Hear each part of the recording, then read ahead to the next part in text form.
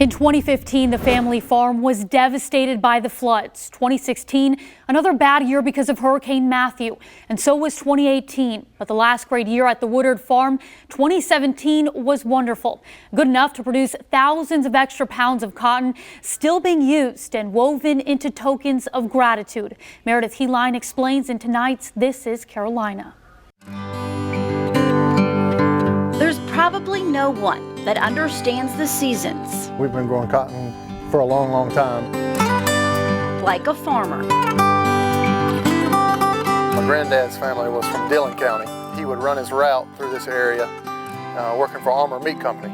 He saw one of the local farms here and just had a real impressive tobacco crop on it. He bought it in 1960, so we've been here ever since. 4,550 acres. Here we go. As far as these little eyes can see. I passed you. Tate and twins Tobin and Tyson are weaved in Woodard family farm tradition. Ty would always joke saying that I was the city girl. But the family matriarch.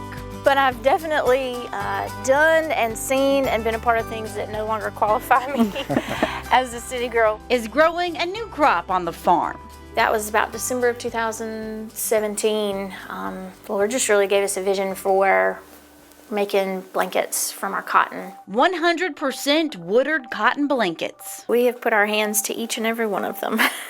Darlington County, South Carolina made. It really was just a natural thing of like something that already is just a part of our home. 100% from the heart. We call it cotton with a cause. Just taking it further than ourselves, and so it's really just been a fun journey. A story unlike many others. While at Tracy's parents, Tobin, 3 months old at the time, spiked a high fever. It got worse overnight and was admitted to the Children's Hospital the next day. It wasn't long that he was there, maybe even within an hour or so, that they did a spinal tap and found that he had bacterial meningitis. And so the type of bacteria that he had is a pretty destructive one. On Christmas Eve, Tobin underwent brain surgery. We really just celebrated that Christmas with just more joy than we had ever had before because he came out of surgery and he was doing great. Tobin was in the hospital 35 days. Doctors told the family his illness could keep him from developing past 3 months old. But like a Woodard in a tough season, they kept their faith. And right before we left the hospital, he had another MRI. He had so many tests and procedures and different things along the way.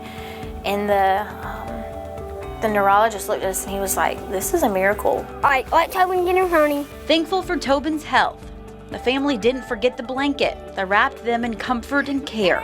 Our first nurse there, she gave us a blanket. So that's even how all of this came to be too, is that connection with a nurse that we didn't know beforehand, and she just gave our family a gift of a blanket, and it was a reminder of the Lord just covering us and taking care of us during that time. 5,000 pounds of Woodard cotton. They just get better the more you wash them and use them. Is weaved through these beautiful cotton blankets to cover others. When this all came to be, and we were just thinking about a way to make that come full circle, for every 10 that we sell, we donate one to the Children's Hospital.